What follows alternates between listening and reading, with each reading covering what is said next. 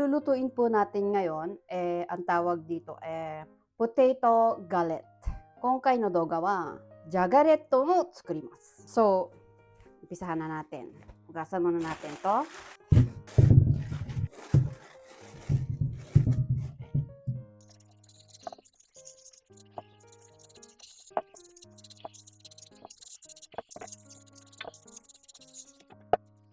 Tapos balatan na po natin.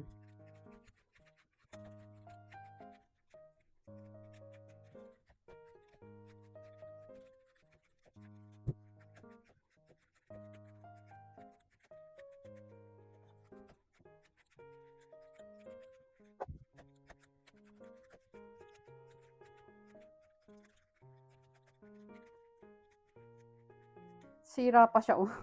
Tagal na kasi to. 10 years ko nang ginagamit.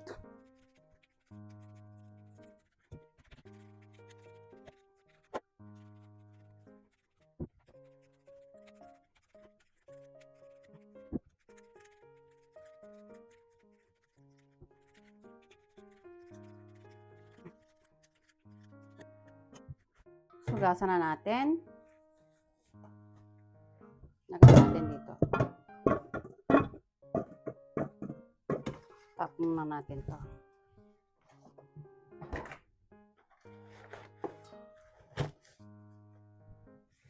Alam niyo po ba, wala akong basurahan dito sa loob ng bahay kasi ayoko pong pumasok kasi ang ipis. Kaya kapag napuno to, sa labas na namin itinatap. Yung basurahan namin nasa labas. Hugasan na po.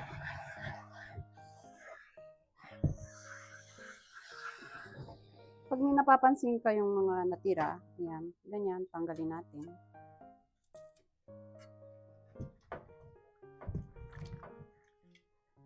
Hindi na kailangan ng perfect. Basta napansin nyo lang, kaya, pag lalo na, ay naku. Ah! Sira! Hanggang doon lang pala, kala ko sira lahat. Minsan kasi may sira sa pag hiniwa mo yan pag hiniwa mo sa kalahati, minsan sira sa loob. Yes, gasan na natin. Okay na yan. Maghanda tayo ng slicer na merong, ayan may talim doon sa yan yung ganyang slicer or yung ganito. Yung medyo malaki yung pinakabutas niya. Ako, pipiliin ko ito. Kaya, mag-slice tayo ng every two potatoes. Slice muna natin,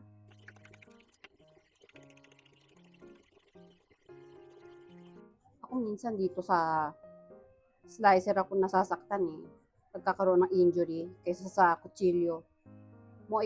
Meron pa. Slice pa ho tayo ng isa. Takot ako sa slicer. Yung kutsilyo, hindi ako nahihiwa doon.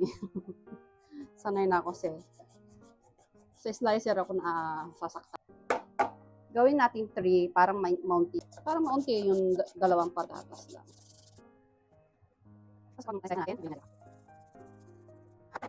Lagyan natin ng pampalasa, asin.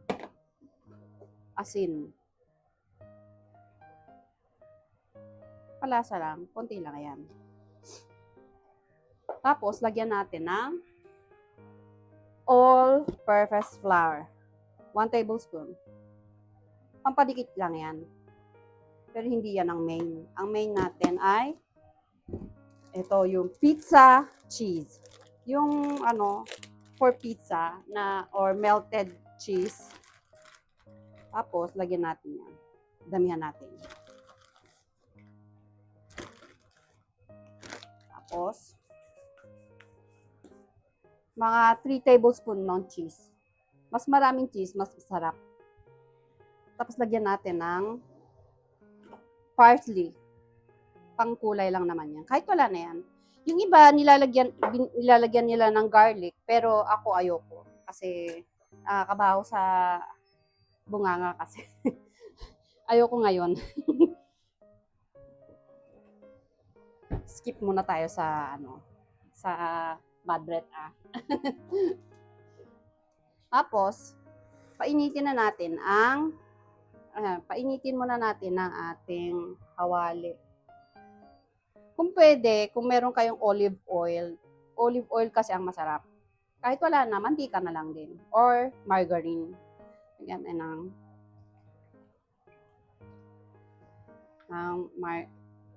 some oil. Tapos, haluin natin siya. Yan, haluin natin.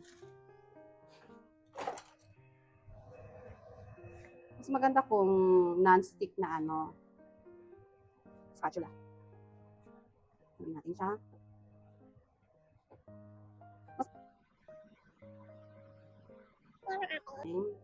Tapos, okay na yan. I-fry na natin siya sa frying pan. Sayang nalaglag.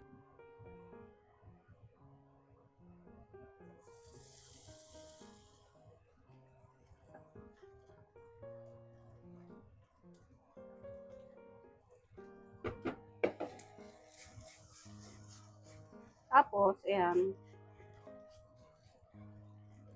Mas maganda sana kung medyo maliit pa para mas makapal. Tapos,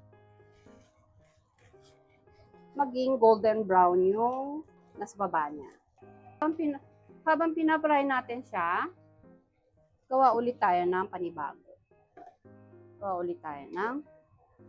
Slice ulit tayo ng tatlo.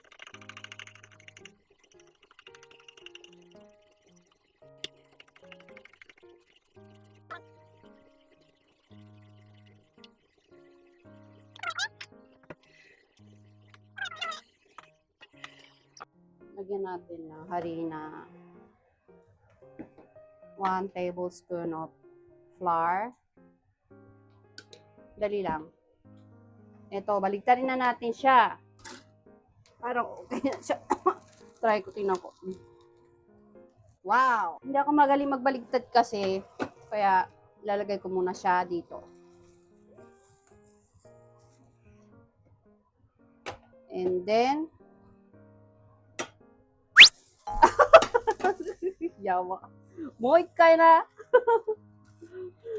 Babaligtad natin Sandali na. Ano ba yan? Diyos ko po. Ito na yan, Oh, ayan. Hirap, oy. Tapos, ganyan din po yung kabila na ganyang kulay po ang gawin natin. Hirap, oy. Hirap magluto. Tapos, haluin natin to. Haluin natin siya. Yung flour kasi natin, yan, pampadikit lang naman yan. Kahit na hindi lagyan ng flour yan, basta ramihan nyo lang ng cheese. Pero kung titipid kayo ng cheese, damihan nyo din po yung flour. Asin and cheese. 3 tablespoons of cheese. Tapos, parsley. Ang pakulay. Nako, isang menu na po to. Medyo okay na. Saluin natin para hindi lang ibabaw yung cheese.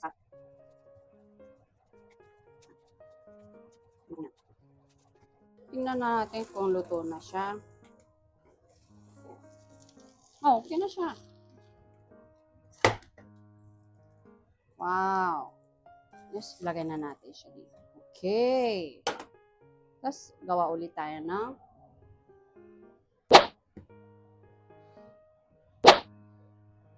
one more time. Lagyan natin ng oil.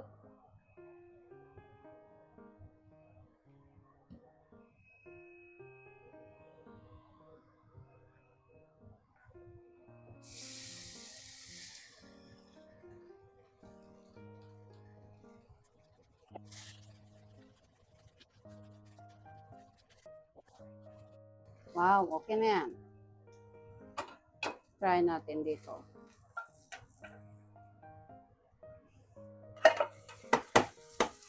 Oh.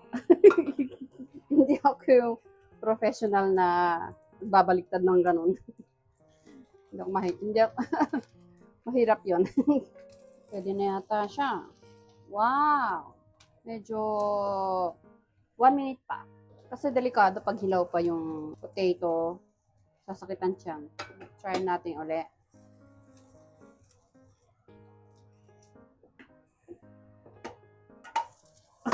Sus, Mariosep. Hirap Ilagay na natin dito sa ating serving. Wow, yung cheese niya, oh.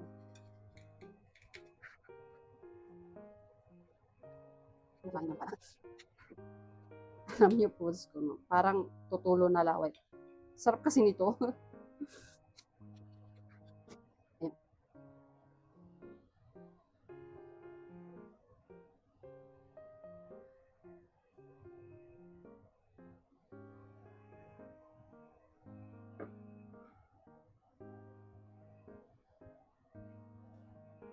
Madaling gawin, napakasarap. Pwede nyo po itong ilagay sa baon o kaya pwede na rin po sa picnic. Try na po natin. Salamat po sa panonood. See you on my next video. Bye!